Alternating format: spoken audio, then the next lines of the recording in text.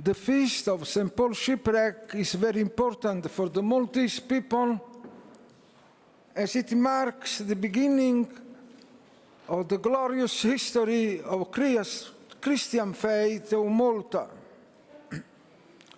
That is why the Holy Father, Pope Francis, and the superiors of the Holy See have chosen this date for the announcement of a good news which has often been talked about during the last weeks.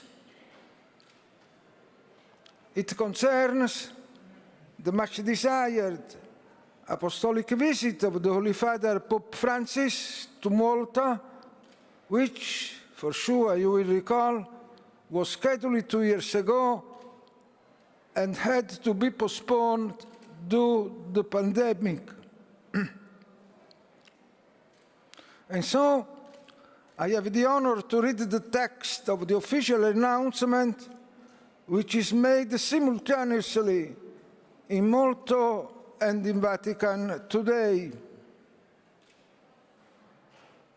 Accept the invitation of the President of the Republic of Malta, of the civil authorities and the Catholic Church of the country. His Holiness Pope Francis will make an apostolic journey to Malta from the 2nd to 3rd of April 2022.